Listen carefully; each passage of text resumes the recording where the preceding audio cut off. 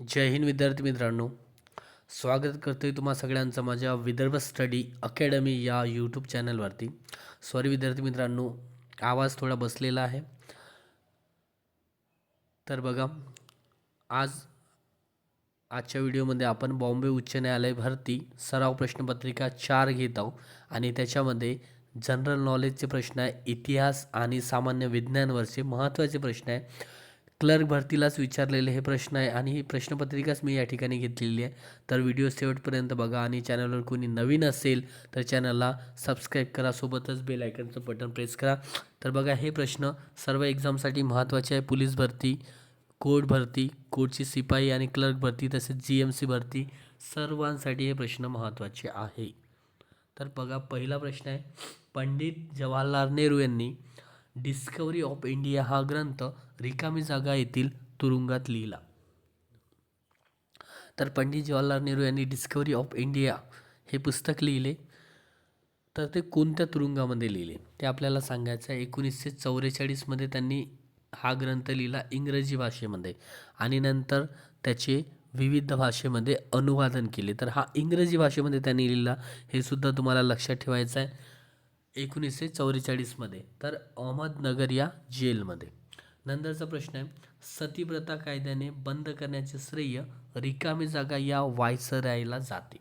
आता बघा, सतीप्रथा कोणी बंद केली, तर 1829मध्ये सतीप्रथा बंद केली. सतीप्रथा म्हणजे काय, तर नवरा मेल्यानंतर त्या बाईला म्हणजे सती जावं लागेल, म्हणजे तिला पुन्हा त्याच्यासोबतच हे करावं लागेल, लग्न नाही करता ये.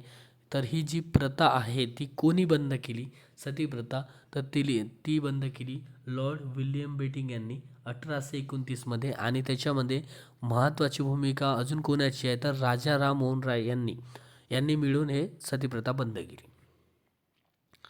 त्यानंतरचा प्रश्न आहे बघा, वासुदेव बळवंत फडके यांना महाराष्ट्रामध्ये क्रांतीसाठी रिकामी जागा यांनी मदत केली. तर बघा, वासुदेव बळवंत फडके यांना कोणी मदत केली महाराष्ट्रामध्ये, तर बळवंत फडके हे लहुजी साळवे यांना आपले गुरु मानतात. कारण लहुजी साळवे यांनी त्यांना प्रशिक्षण दिले, शारीरिक शिक्षणाची, तलवारबाजीचे, बंदूक चालवण्याचे प्रशिक्षण दिले, म्हणून ते त्यांना गुरु म्हणतात. आणि या ठिकाणी ऑप्शन नंबर ए रामोसी यांनी त्यांना महाराष्ट्रामध्ये क्रांतीसाठी सुद्धा मदत केली आहे. त्यानंतरचा प्रश्न बघा, रॅडरचा खून खालीलपैकी कोणी केला. आता बघा, रॅडरचा खून कोणी केला, तर चापेकर बंधूंनी रॅडरचा खून केला 1897मध्ये. 1897मध्ये चापेकर बंधूंनी रॅडरचा खून केला, गोळ्या झाडून त्यांची हत्या केली मध्यरात्री.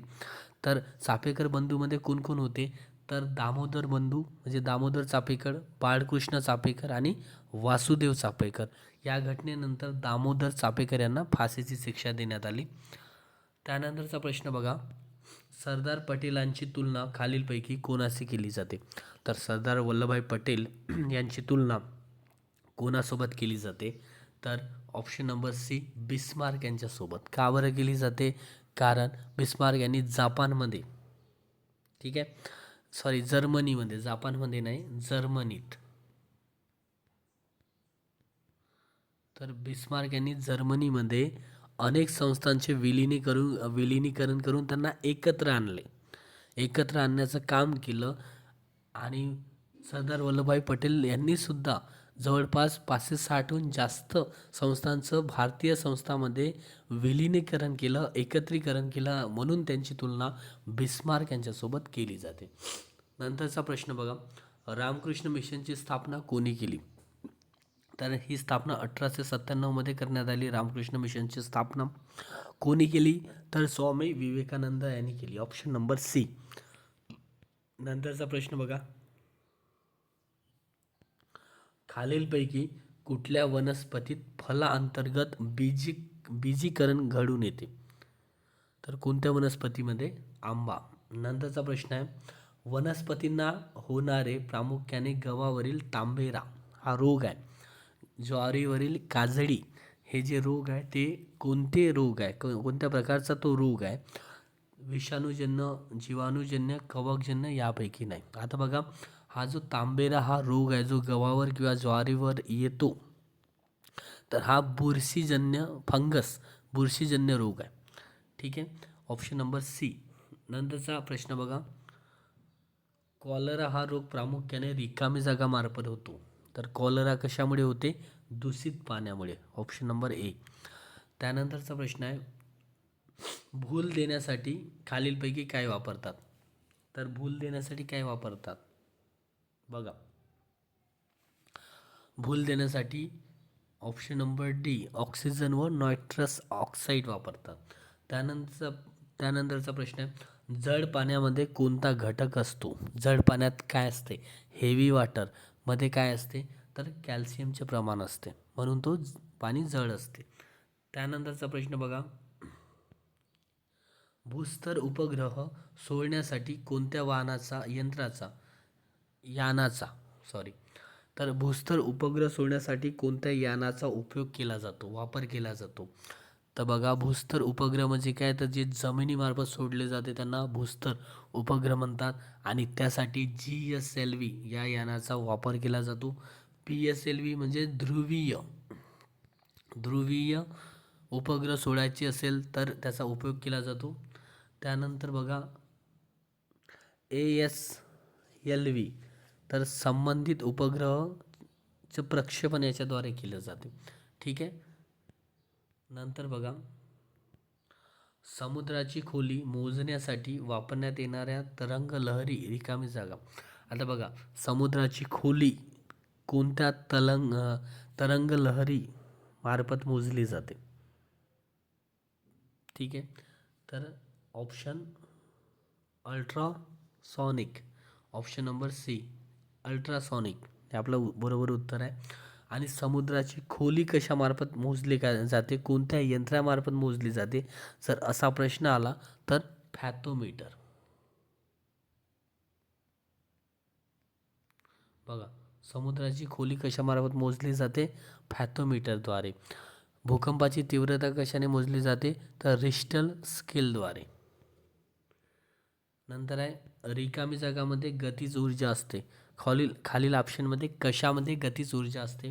वाहते पाणी, समुद्रसपाटीवरील नळ्यातील पाणी, धरणातील पाणी, टेकडीच्या पायथ्याशी सोडलेल्या वस्तूसाठी. बघा, गतीज ऊर्जा कशामध्ये असते? तर वाहत्या पाण्यामध्ये गतीज ऊर्जा असते. ठीक आहे. त्यानंतरचा प्रश्न आहे, शक्ती नेहमी काय असते? तर शक्ती नेहमी धन असते, धन किंवा ऋण असू शकते, सदिश राशी असते, ची बेरीज करता येत नाही. म्हणजे शक्ती काय असते? फोर्स, बल हे नेहमी धन किंवा ऋण असू शकते, एवढं लक्षात ठेवायचं आहे. ऑप्शन नंबर बी. त्यानंतरचा प्रश्न बघा, राज्यसभेमध्ये जास्तीत जास्त रिकामी जागा इतके सदस्य असतात. आता हे राज्यघटनेवर प्रश्न आहे. तर राज्यसभेमध्ये किती जास्तीत जास्त सभासद असू शकतात? तर 250. यापैकी 238 जे सभासद आहे ते विविध राज्यातील किंवा केंद्रशासित प्रदेशातील असतात, आणि इतर 12 सभासदांची जे नेमणूक आहे ते राष्ट्रपतीमार्फत केली जाते, कला, वाणिज्य, विज्ञान इत्यादी क्षेत्रामधून. एवढं लक्षात ठेवायचं आहे. राज्यसभा जर म्हटलं तर ते संसदेचे वरिष्ठ सभागृह आहे. संसदेचे 2 सभागृह असतात, लोकसभा आणि राज्यसभा. तर राज्यसभा हे संसदेचे वरिष्ठ सभागृह आहे, ते कधीही विसर्जित होत नाही. ठीक आहे. राज्यसभेचा कार्यकाल हा 6 वर्षाचा असतो, लोकसभेचा कार्यकाल 5 वर्षाचा असतो. भारताचे जे उपराष्ट्रपती आहे ते राज्यसभेचे पदसिद्ध सभापती असतात. ठीक आहे, एवढं लक्षात ठेवायचं आहे. नंतरचा प्रश्न आहे, विधान परिषद सदस्यांचा कालावधी रिकामी जागा वर्ष असतो. आता बघा, विधानसभा, विधान परिषद, लोकसभा, राज्यसभा त्याच पद्धतीनं आहे. राज्यसभा, विधान परिषद सेमच असते. तर विधान परिषद सदस्यांचा कार्यकाल हा सुद्धा 6 वर्षाचा असतो. ऑप्शन नंबर बी. त्यानंतरचा प्रश्न आहे, भारतात सर्वाधिक दगडी कोळसा उत्पादन कोणत्या राज्यात होते? तर सर्वात जास्त दगडी कोळशाचे उत्पादन भारतामध्ये झारखंड या ठिकाणी होते. नंतरचा प्रश्न आहे, खालीलपैकी कोणत्या ठिकाणी सर्वात कमी पाऊस पडतो? परभणी, अकोला, रत्नागिरी, अहमदनगर. तर अकोल्यामध्ये सर्वात कमी पाऊस पडतो भारतामध्ये. नंतर आहे उत्तर पश्चिम रेल्वेचे मुख्यालय कुठे आहे? तर उत्तर पश्चिम रेल्वेचे मुख्यालय आहे जयपूर, पिंक सिटी त्या ज्याला म्हणतात. ठीक आहे, राजस्थानमध्ये, जयपूरमध्ये. नंतर आहे रिकामी जागा या नदीला रुद्रगंगा असे संबोधले जाते. आता बघा, रुद्रगंगा म्हणून कोणत्या नदीला ओळखले जाते? तर महाराष्ट्रातील सर्वात लांबीची नदी जी आहे तिला रुद्रगंगा म्हणून ओळखले जाते. महाराष्ट्रातील सर्वात लांबीची नदी कोणती आहे? तर गोदावरी नदी. गोदावरी नदीचा उगम हा नाशिकमध्ये होतो. नाशिकच्या त्र्यंबकेश्वर येथे गोदावरी नदीचा उगम होतो. ठीक आहे, आणि गोदावरी नदीलाच रुद्रगंगा म्हणून ओळखले जाते. 1465 किलोमीटर तिची लांबी आहे, 1465 किलोमीटर. नंतर आहे भारतातील सर्वाधिक कापड गिरण्या असणारे राज्य कोणते? तर भारतामध्ये सर्वात जास्त कापड गिरण्या कोणत्या राज्यामध्ये आहे? तर आपल्या महाराष्ट्रामध्ये आहे, ऑप्शन नंबर सी. आणि नंतरचा प्रश्न शेवटचा, खालीलपैकी महाराष्ट्रातून दोनदा वाहणारी नदी कोणती? दोनदा वाहते महाराष्ट्रामधून कोणती नदी आहे? तर ती आहे मांजरा, ऑप्शन नंबर डी. आणि ही गोदावरी नदीची मुख्य उपनदी आहे, हे सुद्धा लक्षात ठेवायचं. तर भेटूया आपण नेक्स्ट व्हिडिओमध्ये.